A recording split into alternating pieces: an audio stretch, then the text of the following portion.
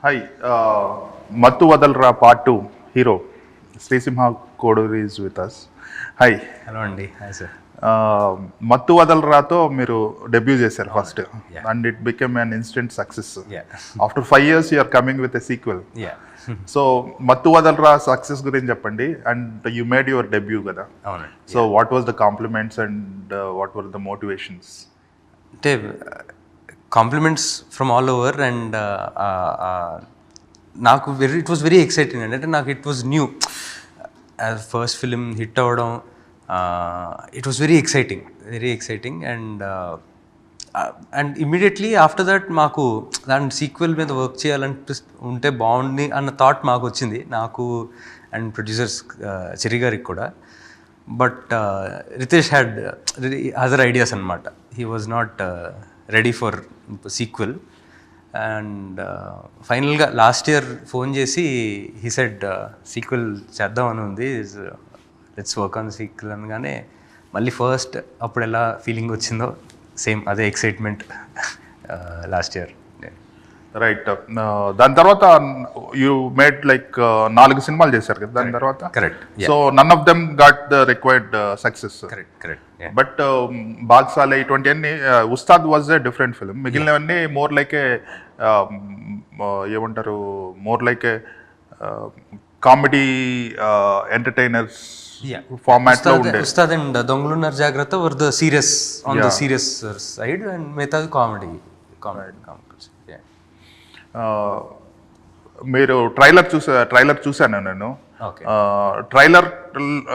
Trailer is very good. And director ఏమని చెప్పారంటే మొదటి దానికి దీనికి it is a logical sequel అనేసి. ఇందులో కూడా ఒక డైలాగ్ ఉంటుంది అబౌట్ యువర్ ఫైనాన్షియల్ స్టేట్, ఏమీ జరగటం లేదు అసలు, I'm not able to make money అన్నట్టు ఫ్రస్ట్రేషన్ లో. So after that he team the చూపిస్తారు. So tell me about your character in this film. So basically we didn't want to lose the essence.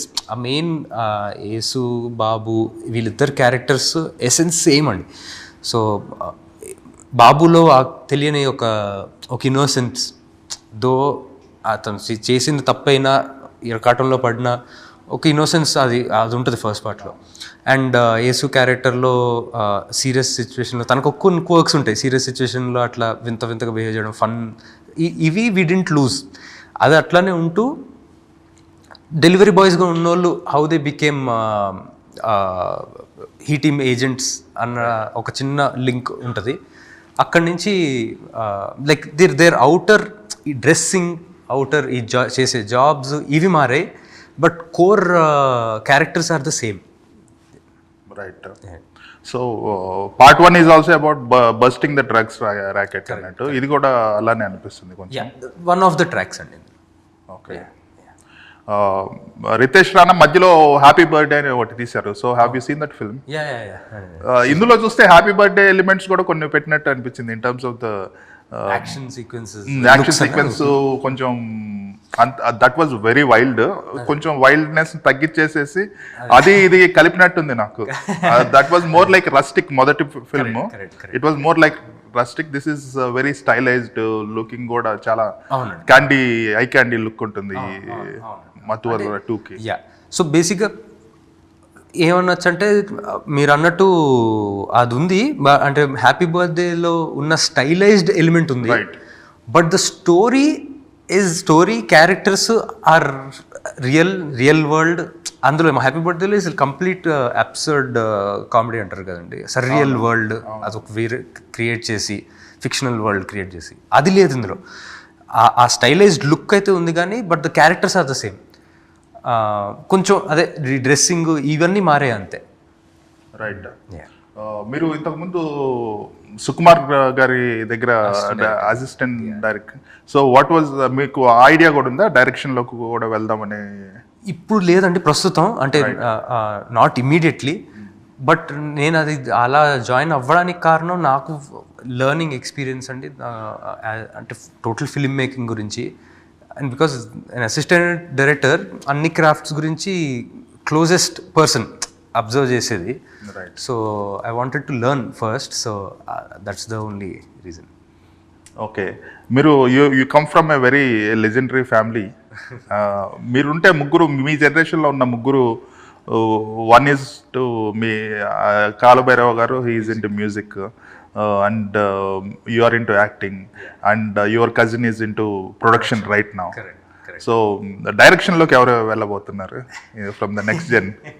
Direction ఎవరు లేరండి from family, no one from family. Yeah. So మీరు యాక్టర్గా మీరు చిన్నప్పుడు కూడా as a child artist 2 సినిమాల్లో చేశారు. So when did you decide to become an actor? అంటే అది వన్ ఆఫ్ సడన్గా వచ్చిన డెసిషన్ కదండి, స్లోగా మేబీ చిన్నప్పటి నుంచి ఆ సినిమాలకు ఉన్న ఎక్స్పోజర్ కానీ ఆ మేకింగ్ ఉన్న ఎక్స్పోజర్ తోటి as a whole film making process అంటే ఇష్టం. సో మెల్లమెల్లగా అరౌండ్ కాలేజ్ టైంలో I was sure okay this is what I want to become. Right. So అప్పటి నుంచి మీరు ట్రై చేస్తే 2019లో ఇట్ హ్యాపెండ్. కరెక్ట్. రైట్. ఇప్పటికి 5 years అయింది మీరు వచ్చి ఫిల్మ్ ఇండస్ట్రీకి. And film industry is going through rapid change అన్నట్టు in terms of theatrical viewing habits కానీ, ఓటీటీ కానీ, then lot of competition. And ఇప్పుడు షార్ట్ ఫిల్మ్స్ ఫ్రమ్ ఇన్స్టాగ్రామ్ నుంచి హీరోస్ వచ్చేస్తున్నారు. యాక్టర్స్ ఆర్ ఇంతకుముందు యూట్యూబ్ షార్ట్ ఫిల్మ్స్ నుంచి వచ్చేవాళ్ళు, ఇప్పుడు ఇన్స్టాగ్రామ్ రీల్స్ నుంచి people are coming out all over India. So మీరు ఈ చేంజ్డ్ ఎన్వైర్న్మెంట్ని ఎలా చూస్తారండి? How are you going to మీ కెరీర్ని ఎలాగా, how are you shaping it up? అంటే ఐ డోంట్ థింక్ దాని వల్ల I'm going to make different decisions. నేను వస్తున్నారు, that competition is there, but నేను నమ్మేది ఏంటంటే స్కిల్ ఉన్నంత వరకు one platform or the other platform, అది థియేటర్ అవ్వచ్చు, ఓటీటీ అవ్వచ్చు, మనకుండే రీచ్ మనకుంటుంది అన్న నమ్మకం అండి. అండ్ సో ఆనెస్ట్గా బిలీవ్ చేసి, if I'm believing in the story I honestly do it, అంతే. దానికి మించి ఎక్స్ట్రా క్యాలిక్యులేషన్స్ పెట్టుకుంటే అది వర్కౌట్ అవ్వవేమో అని నా నమ్మకం అండి. రైట్. మీరు గమనించినా కూడా you are not seen anywhere else. Cinema release అయినప్పుడు కనిపిస్తారు, లేదంటే అసలు బయట వాళ్ళకి ఏం చేస్తున్నట్టు. I think social media presence కూడా చాలా తక్కువ. You don't. సో అంటే యాక్టర్గా ఉంటూ సోషల్ యాక్టర్గా ఉంటూ తన గురించి తను అవతల వాళ్ళకి చెప్పుకోకుండా ఎలా ఉండగలుగుతున్నారు? ఐ మీన్ అది ప్రైవసీ మెయింటైన్ చేస్తూ స్టిల్. అది కావాలని కాదండి, something I'm trying to change actually. But as in my nature, నా నేచర్ ఇస్ సెల్ఫ్ కొంచెం reserved and I'm introvert. So నేను అంటే నాకు ఇన్ఫ్యాక్ట్ యాక్టర్ కాకపోయి ఉంటే నాకు అసలు ఇన్స్టాగ్రామే ఉండేది కాదు. ఒక ఇన్స్టాగ్రామ్ కానీ ఒక ట్విట్టర్ కానీ ఐ వుడెంట్ హ్యావ్ యూస్డ్. ఎక్కువ పోస్ట్లు అది చేయను, but I'm trying to slowly change that and you know be more public. మీకు what are the other interest apart from acting? మీకు మూవీస్ అండ్ యాక్టింగ్ కాకుండా ఇంకా వేరే ఎనీ ప్యాషన్? అంటే అంత ప్యాషనేట్గా like we don't do anything అండి. And we play a lot of cricket at home as a hobby, not passion. Another interest అంటే ఖాళీ దొరికితే చాలు వెళ్ళి క్రికెట్ ఆడేంత ఇష్టం. But you are not playing ఇవి ఉంటాయి కదా మామూలుగా మన ఫిల్మ్ లీగ్స్ ఉంటాయి, లేదు CCL లేదు, జస్ట్ ప్రైవేట్ క్రికెట్ అన్నట్టు. రైట్. ఇంకా ట్రావెల్ ఇటువంటి ఏమి you are not? We travel a lot అండి as a family. We travel అంటే బాగా ఇష్టం. రైట్.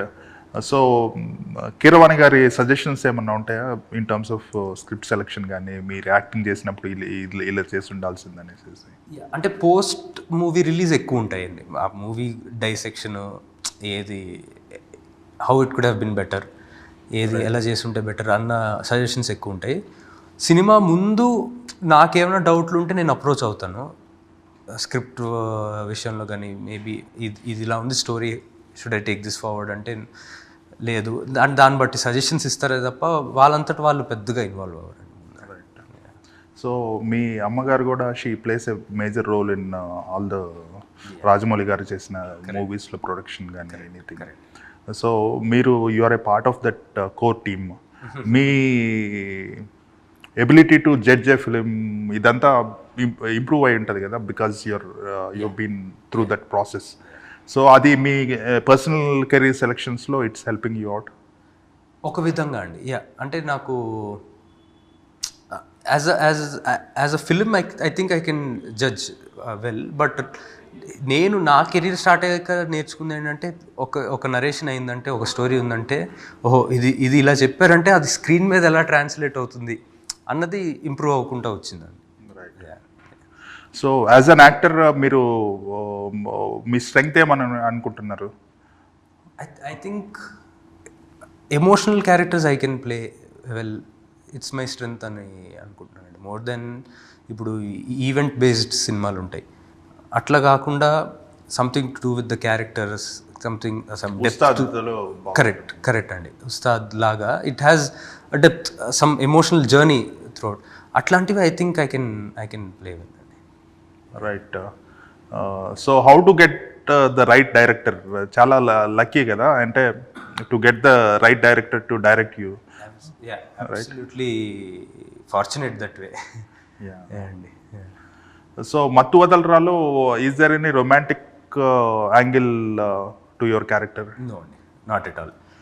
ఫస్ట్ పార్ట్ లాగే ఇది కూడా it will stick to that point and దాని మీద క్విక్ పేస్లో వెళ్తుంటుందండి. So there is no scope for any romantic ఈ ట్రాక్స్ ఏమి ఉండవు. రైట్. అంటే ఇప్పుడు చేసిన మీరు మూవీస్లు అన్నింటిలోకి కామెడీ అనేది క్లిక్ అయినట్లుంది, ఐ మీన్ కమర్షియల్లీ.